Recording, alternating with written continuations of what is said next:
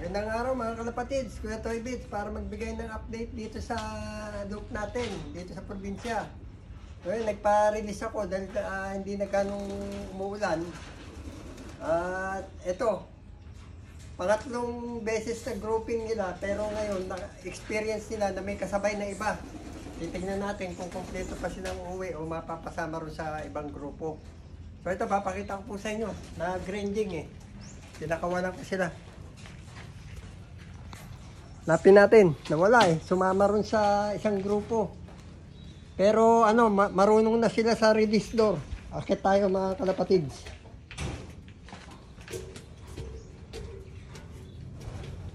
May nagpakawala rito sa mga nagkakalapati rito sa paligid. Kaya ano, ito yung bagong walay natin. Pakita ko sa inyo. Ayan, binu-viewing ko na. Mga walang Japan dyan, puro local yan. Yung gagawin nating panlipad dito sa ating club dito. Nung binuksan ko yung ganito, yung release door, dyan na sila naglabasan lahat. Medyo sanay na sila. Ngayon hanapin natin sila, nawawala. Tapos yung dating mga Japan na nandito sa kulungan na to, ayan, nandito na sila lahat. Ayan. Hindi ko pala natanggal yung kainan. Kailangan hugasan natin yan. Medyo nataihan. Yan sila oh. Yung ating mga Japan. Yan. Dami. Yung galing doon sa kabila na nilagay ko rito, 19. Plus yung dati rito. Puro Japan yun mga kalapatid. Pero hindi ko pa i-breed dahil mga bata pa. Inuna ko lang yung mga matatanda. So dito tayo sa taas at tignan natin yung atin mga flyer, yung mga dati nating ibon, kung anong performance ng lipad nila. Napasama rin. Ito meron kasi may kalapati dyan. Yan. Yun oh. Zoom natin. Yan. Yun oh. Yun. Yan. First time experience nila yan. May kasabay na ibang grupo. 15 lang ang sa akin dyan.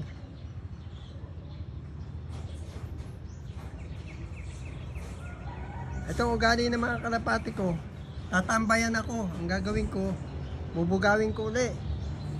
Mag-iikot na naman mga 15 to 20 minutes uli pagka nagpahinga sila.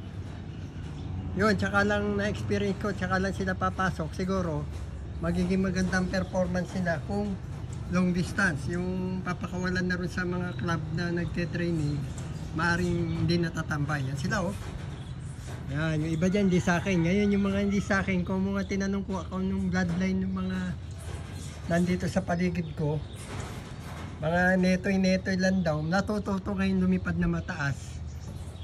Pero yun sa akin, ang natututo lumipad na mababa. Yan lang. Ang ano, hindi maganda pagka yung mga nakakasabayan nila is mga, yan, di mo, nangyari, paikot-ikot na lang sila rito. Samantalang kung sila lang, talaga makita nyo naman yung unang lipad, pangalawang lipad nila ay talaga ranging. Ngayon, tingnan nyo, halos sumayad na sa mga puno ng nyug mo. Naunang nagpakawala kasi, hindi mo naman masabihan, siyempre, kanya-kanyang diskarte yan. Ayun, dumapo na yung kanila. Napagod kasi, yan yung mga yan. Pagka medyo sinabi nga ng may-ari, mga netoy-netoy lang. Oh, nagsidapo na. May iwan niya yun dyan, yung sa akin. Meron pa. Kasi 15 lang yung sa akin eh. Meron pa hindi dumadapo yung kalapati nila. Yung mga yan, tinatanong ko doon, nakausap ko minsan yung may-ari, kain, inom, palabas ng ano. Hindi kagaya nung mga alaga natin panglipad. Kain, inom, vitamin. May mga supplement na mga binibigay. Kaya kung patatagan lang sa pag-ikot, maunang dadapo yung kanila. Yan na nga, nangyari na. Lumapo na yung kanila. Wala, sobra pa rin oh. Sobra pa sa 15 yan. 15 lang sa akin dyan. Ang grupo na nagpapalipad dito sa paligid ko, dito. Dyan. Tapos meron dito dalawang mga bata nag-aalaga. At saka dito sa likod ko. sa likod ng akin loop, yung first cousin ng asawa ko. Kasi nung ano, sa kanya ko rin iniwan yung ibang kalapati. Kaya maganda naman na naging record niya, nagpapanalo. Yan, hindi na sa akin yan. Yung mga bumibictory na himumila 2, 4, yung 5. Mababawasan pa ng 5, mga kalapatids. Dadapo na yan siguro, pagod na. Ito yung mga bago natin binubuyowing habang hinihintay natin silang bumaklas. Doon sa nakasabay nila, yan. Yung mga flyer, ako may sumabay na namang isang grupo. Yung mga flyer po natin at saka itong mga bagong akyat, kapatid, magkakapatid yan. First class yung nabatcher natin, second class po ito. Tapos may hintayin pa tayo na third class. Na ano nila, na may itlog pa para naman dumami yung flyer ko. At marami tayong matuturuan. Yan, sobra pa sa ano yan siguro, sobra pa sa 15, mayroon pang 3 sumama na iba. Nung araw natatakot po ako dahil wala akong batcher. Pero nung magandang pagkaka-viewing natin at na-timing naman na yung mga katabi ko rito, hindi sila nagpapakawala. So ako lang ang nagpapakawala, yung na-batcher ko. Awa ng Diyos naman, kumpleto pa rin hanggang ngayon. Wala pang bawas. Hindi natin alam kung ite-training na natin sa Malawian. Itong linggong to, pag natapos, at magandang panahon kagaya nito, walang hangin, matingkad ang araw, maaaring ilayo ko na yan. Bigyan ko sila ng mga ano muna. Sa siguro mga 3 kilometers muna, una lang. Susunod niya, ilalayo na natin. Ay mai-share ko rin sa inyo. Kasi ang pakawala ko rito, dapat banda rito, norte. Yun, dumapo na yung kanila. Yan na, naiiwan na yung sa akin. Meron pang konti na naiwan. Itong problema ko rito mga kalapatid ko. Dito sa tabi ko, yan. Yung karamay, ang tawag nila, ewan ko doon sa ibang lugar. Yung parang mansanas na green na maliliit, ang korte, ang maasim. Napupuno yung alulod ko. Kaya i-request ko yan, puputulin ko. Eh dito kasi sa probinsya o miski saan, kailangan magpaalam ka muna sa may-ari. Miski nasasakupan mo yung mga dahon na hindi mo basta-basta puputulin. Kailangan din ng abiso sa kapitbahay para maiwasan ang hindi pagkakaunawaan. Yan, tatabasin natin lahat yan mga kalapatid. Yan, tatabasin natin lahat yan. Pwede nga itong avocado, putulan ko sa taas. Dito naman sa kabila mga kalapatid, i-advise ko dun sa may-ari na puto habang bata pa to, tanggalin na. Kasi nga, yung forma ng paglaki niya, papunta sa akin, no? Yan, nakita nyo naman. Ayan yung bakod ko sa baba. Oh. Siyempre, bibigat ng bibigat dito sa side na to. Daily ko ngayon yung paglaki niya, lumiko na nga. Tapos ito, request ko dito, putulin. Ako nang bahala magbayad dahil nga yung bubong ko, tinamaan ng nyog, nagkakupi-kupi na. Kaya yun, ang ano natin. Ito, pinutol ko na yung mga yan, no? Tumutubo na naman, kaya mamaya tabasin ko na naman yan. Paalam lang naman, okay lang kasi nga, ang explanation mo dyan, yung dahon, wala ka naman punong ganyan, yung dahon, nawawalis mo. Ikaw ang nagwawalis ng kalat ng puno nila. Yan na, sa akin na natira. Dumapo na yung mga nito, sabihin ko, dahil yun ang sinabi ng may-ari. Yan, sa tapat lang ng bahay namin. Yan, sa akin na lang natira. Ay, sobra pa na isa. At tingin nyo, 15 na kaya yan? 5. Naku, may pumalo pang isa sa kanila. Sige, makipagmatigasan ka dyan sa mga yan. At medyo ano na yung mga yan. Ayun, may lumipad pa ulit sa kanila. Oh. Ay, ibang grupo naman to, 5. Yun, may mga matataas o saan kaya yun? Maraming dumadaan dito pagka North Trace, maraming dumadaan dito sa amin, mga kalapatids. Yan, iba yan. Nagsosolo, tas pitik-pitik, dyan lang yan sa kapitbahay. Kasi pangatlong beses ng grouping yung sa akin eh. So yun, hindi na magbabaklasan yan. Grouping at grouping lang yun. Medyo kumalimlim na naman. Ayun, otan nyo, dumapo. Alam ko na kagad na hindi sa akin eh. Yun, dumapo na. Ito na yung sa akin. Yan. Sige. Sunugin nyo yung taba para mapalitan ng muscle. At alagaan natin yung pag-develop ng muscle nila. Huwag masyadong bugbog sa mga kalapatid, sa mga gamot. Kailangan din natin mag-herbal. Kagaya ng mga bawang, yung mga oregano, lemongrass. Papakuluan lang naman yun, tapos papainom. Kailangan nila yan. Yung katawan nila kasi minsan pag mga malunggay, bibigyan ko yan, tutukain nila. Ako, may humalo na naman. Dito sa likod naman. Ayaw nila tantanan yun sa akin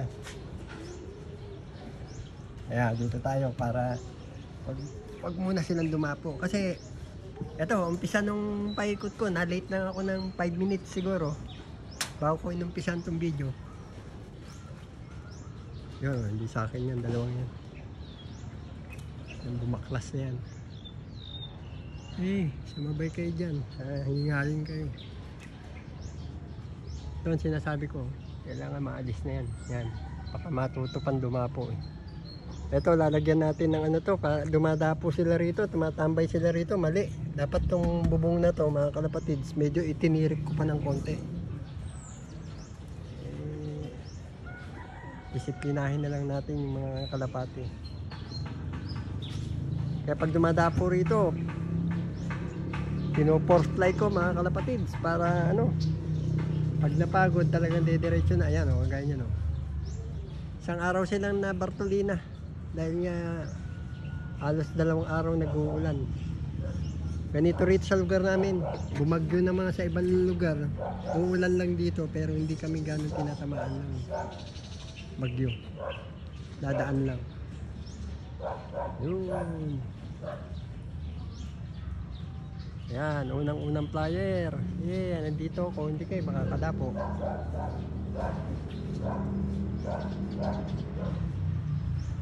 Kung susumay mo, nasa 16 minutes pa lang silang lumilipad. Pagdapo at hindi pumasok, pupukpukin na naman natin itong yero para lumipad na naman.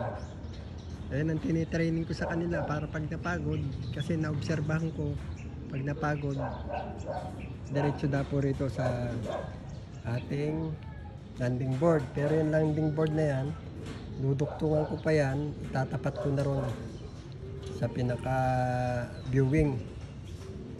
Yun na po-fold ang gagawin ko. Yan ang susunod na project natin, additional ng landing board. Yan sila Kasi padapuin muna natin. Alis muna tayo rito at saka natin sila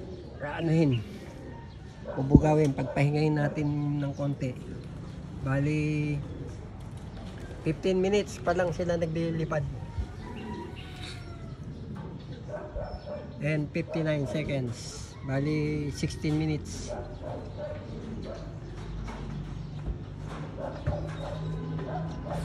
Medyo na sila yung pag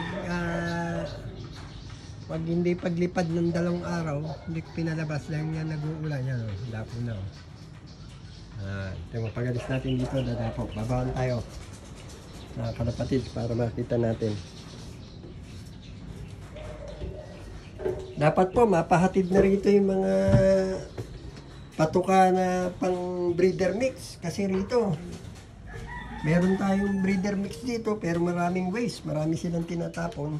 Tapos napansin ko pa, nagkaroon ng diferensya yung isang inakay natin, buti local, yung mga dati kong kalapate. nakaligtaan kong magbigay ng tubig. Anong nangyari? Nasubuan ata ng medyo dry. Nasugat yung lalamunan na maga. Yan naman yung additional na mga alaga natin. No? Ay, mga tayo, mga... Yan, bigay lang lahat yan. Wala tayong gastos na. Tapos nagkaroon pa uli ng may binigay na naman sa atin na itim na native na may dugong hulo. Ayan. Tignan natin kung dadapo na sila. Yun na naman, yung araw na to mga kalapatids, magliligpit-ligpit na naman tayo. Inaayos natin mabuti itong mga pwesto ng ating mga kalapati. Ayun, ito bago pa, marami. Kaya papakita ko sa inyo ano, yung napisa na naman na Jansen.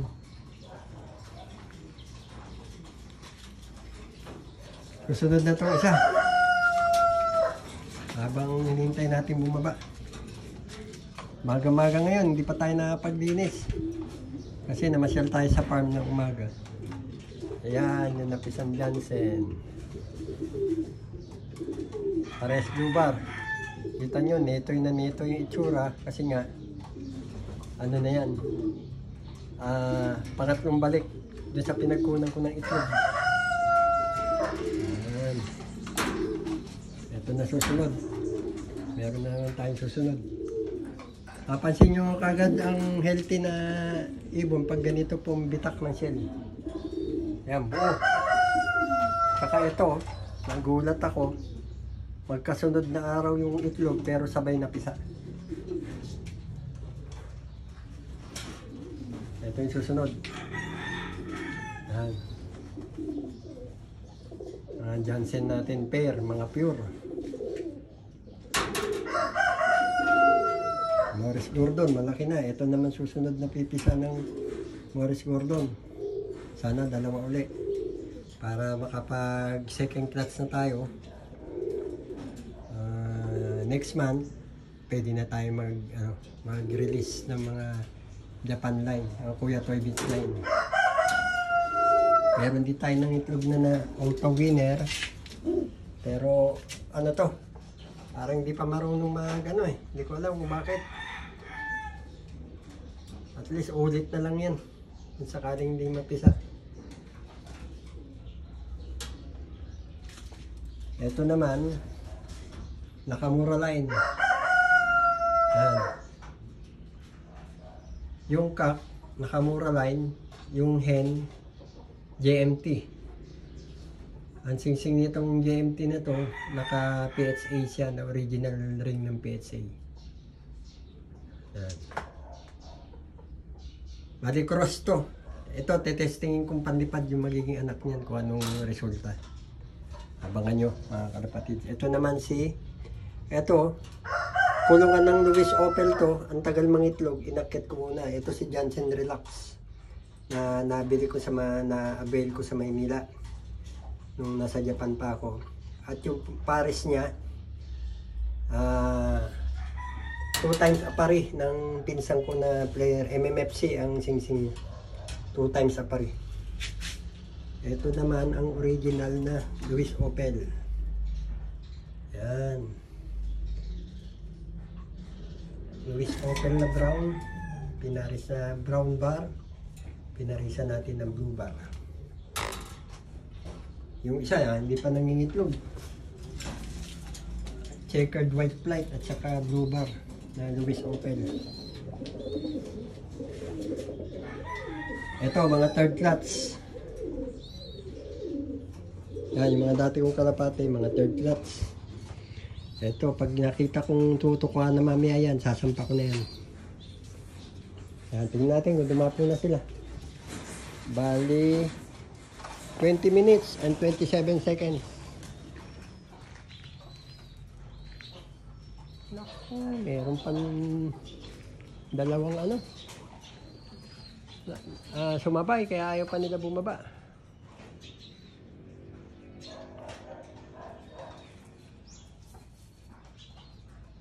Buti naman, tumila ang ulan mga kalapatid.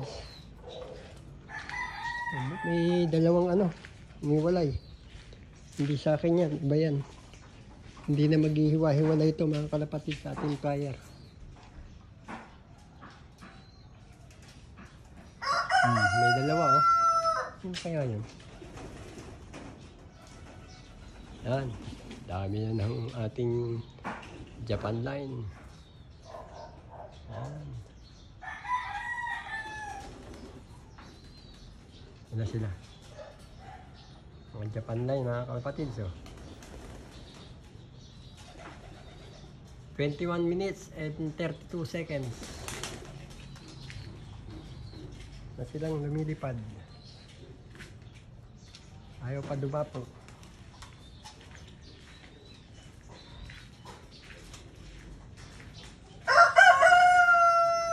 Hanap po na.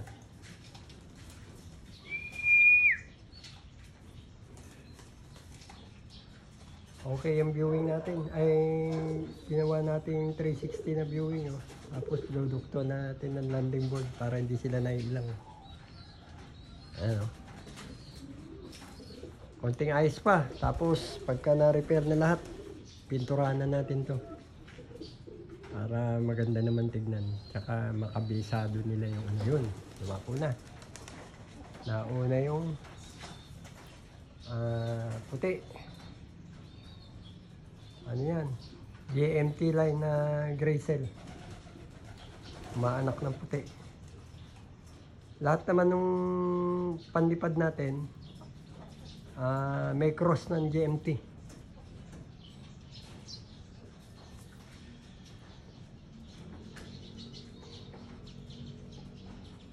Dalawa pa lang ang lumapo.